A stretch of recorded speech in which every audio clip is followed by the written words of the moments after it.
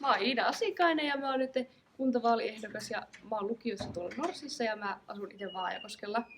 Mun harrastuksia on tanssi, ringettä ja klassinen laulu ja sen lisäksi mä tykkään matkustella ja tykkään myös espanjan kielestä. Joo, ja meillä on tässä 3 kysymystä Iidalle ja sitten sillä on jokaisen kysymyksen aikaa vastata minuutti. Ja me otetaan tässä näin aikaa ja sitten katkaistaan heti hänen puheensa, kun aika loppuu, että ei sitten yhtään huijata tässä. Ootko sä valmis? Joo. No niin, mä kerron ensin tämän kysymyksen ja sitten me laitetaan tuosta kello käyntiin ja alat sitten vasta puhua.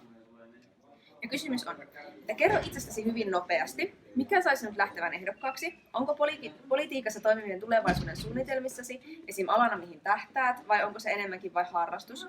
Mitä aineita luet tukemaasi suunnitelmaasi? Joo, no tällä hetkellä... Joo. No niin. Eli siis mä kiinnostuin politiikasta, kun mä olin nuorisovaltuustossa.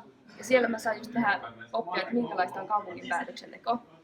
Ja sitten koulussa mä opiskelen yhteiskuntaoppia ja kieliä paljon ja historiaa. Ja nämä on niinku semmoisia, mitä mä haluaisin tulevaisuudessakin tehdä. Ja mua kiinnostaisi erityisesti laki-alana.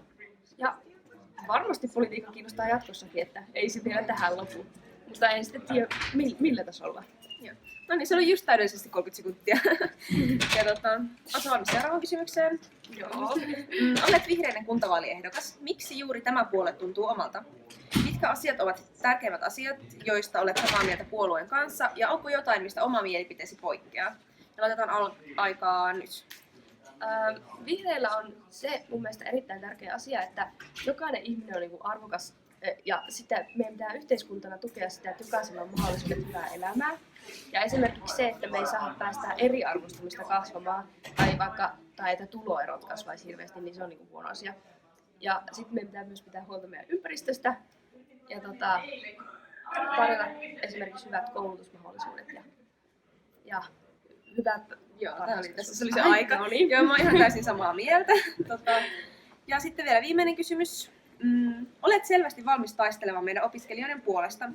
Mitkä muut aiheet ovat sinulle tärkeitä ja miksi? Mitä olet valmis tekemään niiden eteen? Ja aika.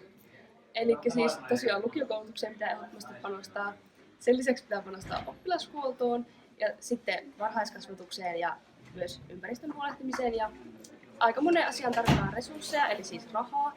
Ja nämä on myös sellaisia asioita, että kun yhdessä tehdään päätöksiä, niin rahaa kyllä löytyy sellaisiin asioihin, mitä pidetään tärkeinä. Niin mä sitten haluan pitää huolta siitä, että nämä asiat myös saa rahoitusta. Okei, se oli 26 sekuntia, että ihan hyvin meni. Joo, kiitos paljon tästä haastattelusta ja äänestäkää kaikki Iida. Mikä se sun numero oli? 301. Okei, 301 siis. Okei, kiitos.